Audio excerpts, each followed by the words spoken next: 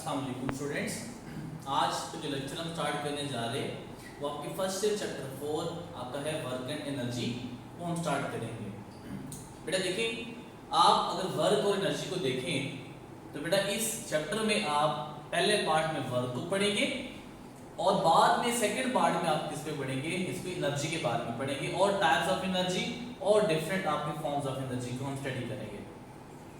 बेटा अगर आप इस वर्क डन पे जरा गौर करें तो आमतौर पे अगर हम डेली लाइफ में मिसाल ले लें, एक एग्जांपल कंसीडर करें कि वर्क डन आपके पास साइकोलॉजिकल मीनिंग भी रखता है और साइंटिफिक वर्क का भी मीनिंग रखता है। यानी एक नॉन साइंटिफिक वर्क होता है और एक साइंटिफिक वर्क हो सकता है। नॉन साइंटिफिक या साइकोलॉजिकल वर्क कौन सा होता है? मिसाल के तौर पर डेली लाइफ में हम जितना काम करते हैं, कोई हमने काम कर लिया, हम थक जाते हैं, एक बॉडी है या कोई भी इंसान है या मैं यहाँ पे खड़ा हुआ हूँ और मैं सारा दिन काम कर रहा हूँ, यहाँ पे खड़ा होके कभी ये चीज को यहाँ पे लेफ्ट प्लेस करता हूँ, लेफ्ट से राइट प्लेस करता हूँ, तो मैं कहता हूँ कि जितना मैं ज्यादा थक जाता हूँ उतना मैं कहता हूँ मैंने ज्यादा वर्क कर लिया है। अब बेटा फिजिक्स में देखें तो फिजिक्स में ये चीज आपकी तस्वर नहीं की जाती। फिजिक्स में हम साइंटिफिक वर्क को पढ़ेंगे, नॉन साइंटिफिक वर्क को कंसीडर नहीं करेंगे। तो बेटा वर्डन आपका कब होगा? लेट्स से फॉर एग्जांपल आपके पास कोई भी एक मास m है या ब्लॉक है, इसका मास m है, आपने इसको फोर्स लगाई, पुश कर दिया और यहां से डिस्प्लेस कर दिया इस पॉइंट की तरफ, तो जाहिर बात है कोई ना कोई डिस्प्लेसमेंट कवर कर गया है। तो हम कहेंगे कि आपने फोर्स लगाई और डिस्प्लेसमेंट कवर हुआ, वो आपके पास इस मीन पोजीशन से किसी और पोजीशन पे चला गया, अपनी पोजीशन को चेंज कर गया है, तो हम कहेंगे हमने वर्क कर लिया है उस बॉडी के ऊपर। डिफाइन कैसे करते हैं वर्डन को? कि product of magnitude of displacement, जो आपका ये कवर हुआ है, किसकी वजह से कवर हुआ है? By applying some force. इसका मतलब है कि आपने लिखा product of magnitude of displacement and magnitude of force in direction of displacement। तो ये बात बड़ी इंपॉर्टेंट आपने नोट करने वाली है, वो ये है कि जब आप किसी भी ऑब्जेक्ट के ऊपर फोर्स लगाएंगे तो अगर वो फोर्स उस डिस्प्लेसमेंट के पैरेलल होगा तो ये कहता है कि वर्डन हम तब उसको कंसिडर करेंगे। अब देखिए कि सिंबल क्या है वर्डन का? W, उसको डिनोट किया जाता है और वर्डन का फार्मूला क्या है? W is equals to, आपके पास क्या है? Product of the magnitude of displacement आ गया और उसके साथ आपका क्या है? डिस्प्लेसमेंट, और डायरेक्शन में आपके पास क्या है? मैं लिख रहा हूं यहां पे F पैरेलल, यानी ये फोर्स आपके पास इस डिस्प्लेसमेंट की क्या होगी? पैरेलल होगी। ये तो वो एग्जांपल है जिससे हम लिख सकते हैं कि ये पैरेलल हो सकती है या है इस कंसीडरेशन में। लेकिन आमतौर पे अगर आप देखें कि फॉर एग्जांपल मैंने एक स्ट्रिंग के साथ एक ब्लॉक को या कार्टन को अटैच किया हुआ है और स्ट्रिंग के जरिए से मैं उसको खींच रहा हूं, तो अब उसकी जो डिस्प्लेसमेंट है वो अलोंग एक्स एक्सिस है और जो मैं रस्सी से खींच रहा हूं, मेरी रस्सी उस एक्सिस के साथ कोई ना कोई एंगल बना रही है।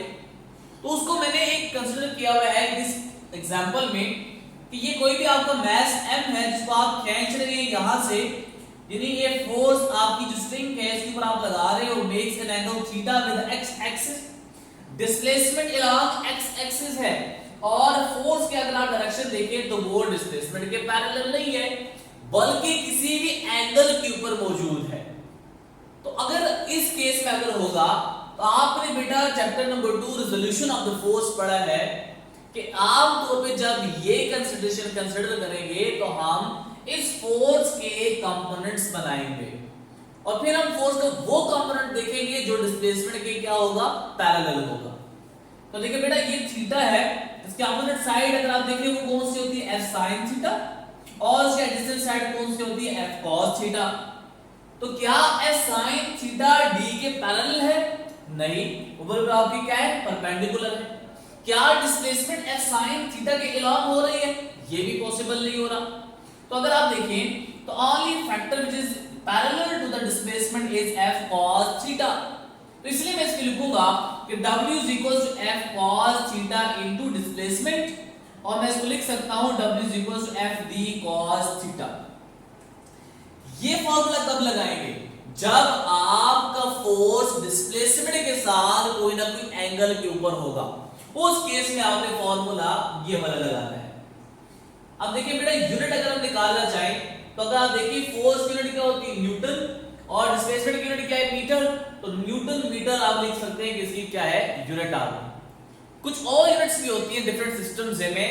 एक आपका sir is the units which is equal to 10 की पावर -7 जूल, और कैलोरीज भी आपकी यूनिट होती है किसकी? वर्क डन की। डायमेंशन की बात करें तो डायमेंशन आपके पास आएगा ml² d inverse 2 is the dimension of the work.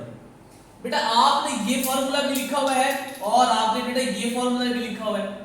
अगर आप देखिए ये है W=FD cos थीटा, और अगर आप चैप्टर नंबर 2 में जाए तो वहां पे क्या लिखते थे कि A.B = AB cos थीटा। अब अगर AB cos थीटा को अगर मैं रिवर्स लिखना चाहूं तो मैं A.B भी लिख सकता हूं। तो देखिए बेटा W किसके बराबर है? FD cos थीटा के। तो इस FD cos थीटा को मैं ये भी तो लिख सकता हूं कि F.D। तो इसके अकॉर्डिंग मैंने लिख लिया कि W क्या बन जाएगा? F.D। अब जो ये तीनों आपने फॉर्मूले लिखे गए, ये बात बड़ी इंपॉर्टेंट है कि यहाँ पे जब फॉर्मूले में आप फोर्स की बात कर रहे हैं तो ये फोर्स आपके पास क्या होगी? कांस्टेंट होगी। अगर तो फोर्स कांस्टेंट नहीं है तो आप ये वाला फॉर्मूला अप्लाई नहीं कर सकते, और अगर फोर्स कांस्टेंट नहीं होगी तो उस टाइम पे हम क्या फोर्स लगाएंगे, कौन सा फॉर्मूला लगाएंगे, तो बेटा आपके पास इससे नेक्स्ट आर्टिकल में हम पढ़ेंगे डिटेल के साथ। अच्छा, ये जो फॉर्मूला आपने लिखा हुआ है इसके अकॉर्डिंग मैं एक और डेफिनेशन भी लिख सकता हूं वर्डन की। वो क्या बन जाएगी कि scalar R dot product of the force and displacement. क्योंकि यहां पे डॉट प्रोडक्ट है और डॉट प्रोडक्ट होने की वजह से उसका आउटपुट हमेशा क्या आता है? स्केलर क्वांटिटी आती है। उसका हम कहेंगे कि वर्क आपके पास कौन सी क्वांटिटी आ गई है? स्केलर क्वांटिटी आपके पास है, यानी वर्क की कोई भी एक स्पेसिफिक डायरेक्शन नहीं है। अब हमने बात की यहां पे फोर्स की वैल्यू क्या है? कांस्टेंट। तो अगर आप ग्राफ ड्रॉ करना चाहें तो बेटा फोर्स की वैल्यू कांस्टेंट है और डिस्प्लेसमेंट अलोंग एक्स एक्सिस है। तो एक रेक्टेंगुलर आपके पास शेप बन रही है, तो इस रेक्टेंगुलर शेप का जितना भी एरिया होगा वो आपको क्या देगा? उस ऑब्जेक्ट का या उस ग्राफ का वर्डन दे देगा। कैसे? कि बेटा देखिए आपस रेक्टेंगुलर शेप बन रही है, रेक्टेंगुलर शेप का अगर आप एरिया कैलकुलेट करना चाहते हो तो क्या बनता है? Length into width. लेंथ आपके पास फोर्स है और विड्थ आपके पास क्या है? डिस्प्लेसमेंट है। तो ये किसके बराबर आ जाएगा? वर्डन के बराबर आ जाएगा। अब हम पढ़ते हैं बेटा कुछ एमसीक्यूज के बारे में कि eight what angle theta work is zero, कि किस एंगल के ऊपर आपका जो वर्क होगा वो जीरो के बराबर होगा। और ऑप्शन आपके पास है 0 degree, beta option 30 degree, Charlie option 60 degree और डेल्टा ऑप्शन आपके पास है 90 डिग्री के। सॉल्व करते हैं बेटा। फॉर्मूला आपके पास क्या है? W=FD cos theta. अब देखिए कि इसमें अगर मैं थीटा की वैल्यू यहां पे जो cos का फंक्शन जिसके ऊपर 0 आएगा वो वैल्यू आपकी क्या होगी? थीटा की कंसीडर की जाएगी जिसपे वर्डन 0 आएगा। तो जरा बेटा पुट करें इसमें W=FD cos of 90 डिग्री, और cos 90 जब आप कैलकुलेटर से सॉल्व करेंगे cos 90 की वैल्यू क्या होती है? 0। तो वर्डन की वैल्यू भी आपके पास क्या आ जाएगी? 0 के बराबर आ जाएगी। तो यहां पे जो ठीक ऑप्शन बनती है वो आपके पास डेल्टा ऑप्शन है, that is 90 degree at theta is equals to 90 degree, वर्डन is 0। अब देखिए बेटा जो नेक्स्ट एमसीक्यूज है वो है कि eight what angle वर्डन is maximum, कि किस एंगल के ऊपर आपका वर्डन क्या होगा? मैक्सिमम होगा। तो बेटा देखिए कि अगर आप यहां पे फॉर्मूला लिखे FD cos of थीटा, और cos थीटा की वैल्यू जहां पे जिस एंगल के ऊपर मैक्सिमम होगी वही आपके पास क्या होगा? वहां पे कंसीडर किया जाएगा। और cos थीटा की वैल्यू मैक्सिमम चाहे +1 हो या फिर -1 हो, होती आपके पास क्या है? मैक्सिमम वैल्यू ही होती है।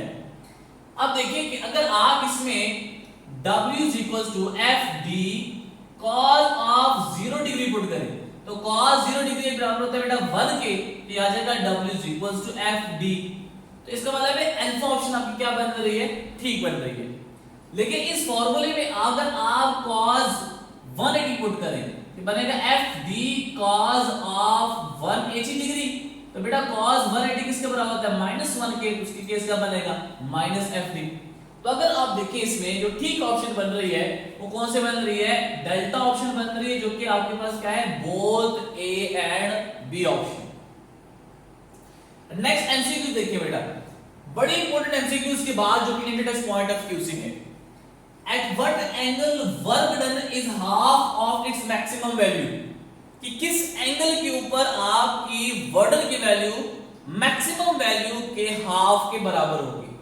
सॉल्व करते हैं बेटा, w is equal to F D cos theta. Maximum value F D के बराबर हो सकती है, तो मैं इसको लिख सकता हूं w is equal to w maximum into cos of theta. अब कॉस थीटा की आपने वो वैल्यू पुट करनी है जिसके ऊपर कॉस का फंक्शन की वैल्यू क्या आ जाए, 1/2 आए या फिर 0.5 आए। तो बेटा कॉस यहां पे जब आप पुट करेंगे 60 डिग्री तो बेटा आएगा w is equal to w maximum into cos of 60 degree. तो बेटा आपके पास आएगा w is equal to cos 60 बेटा आपके पास होता है 0.5, और उसको मैं लिख सकता हूं कि 1/2, तो ये बन जाएगा w मैक्सिमम डिवाइडेड बाय 2। तो at angle of 60 degree the work done is half of its maximum value. बेटा याद रखने हैं जितने भी आपके कॉस फंक्शन साइन फंक्शंस की वैल्यूज आती है वो आपके फिंगर टिप्स पे होनी चाहिए। जिस तरह बेटा आपका cos 60 पुट करें तो बेटा आपके पास आता है 0.5, और अगर यही एमसीक्यूज पूछा जाए कि eight what angle work done is half of its maximum value, तो अगर इस तरह बयान करते कि eight what angle work done is 50% of its maximum value, तो बेटा देखिए याद रखना है कि जहां पे cos थीटा, बेटा अगर आप cos थीटा की वैल्यू यहां पे पुट करेंगे 60 डिग्री तो बेटा इसको तो सवाल कहता है 1/2 या फिर 0.5 या फिर इसको कहा जाता है 50%। इसी तरह अगर आप cos थीटा की वैल्यू यहां पे बजाय आप 30 डिग्री पुट करें बेटा तो ये आ जाएगा आपके पास 0.866, और इसको तो सवाल किया जाता है 0.86% हम लिख सकते हैं। इसी तरह बेटा cos थीटा की वैल्यू अगर आप बेटा 45 डिग्री पुट करेंगे बेटा तो वो आपके पास आएगा 0.707, और इसको किया जाता है 70%। तो ये सारे आपने क्या रखने हैं, आपने फिंगर टिप्स पे रखने हैं सारे वैल्यूज को, ताकि एमसीक्यूज कहीं भी जहां से भी पूछा जा सकता है आपसे तो आपको आता हो।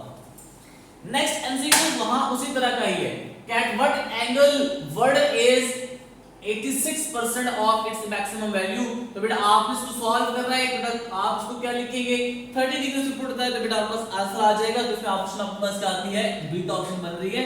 सॉल्व आपने ऐसे ही करना है। एमसीक्यू नेक्स्ट देखिए, at what condition word is 0, कि इन कंडीशन में से कौन सी ऑप्शन आपका जो बन रही है इसमें वर्ड आपका 0 आ सकता है। f is equal to 0, d is equal to 0, theta is equal to 90 degree and all of this. सबसे पहले आप देखिए w is equal to f d cos of theta की वैल्यू आपके पास है। आप यहां पे थीटा एक दफा आप देखिए कि फोर्स 0 पुट करें तो बेटा आपका वर्ड भी क्या आ जाएगा 0। अगर आप फोर्स लगा भी रहे हैं लेकिन डिस्प्लेसमेंट 0 है, जिस तरह अगर आप देखिए कि मैं बोर्ड के ऊपर फोर्स जितना मर्जी लगा लूं तो डिस्प्लेस नहीं हो रहा, तो इसका मतलब है उस केस में भी अगर डिस्प्लेसमेंट 0 हो तो वर्ड में क्या आ जाता है 0 के बराबर आ जाता है। और अगर कुछ इस तरह हो कि थीटा 90 डिग्री बन रहा हो, मिसाल के तौर पर कैसे, एक बाल्टी बेटा आपने फुल अप किए वाटर से और आपने इस जगह से प्लेस कर दिया और यहां पे आप ले आए तो आपकी पोजीशन चेंज हो गई, बाल्टी आपने उस पहले पोजीशन से दूसरी पोजीशन पे ले आए।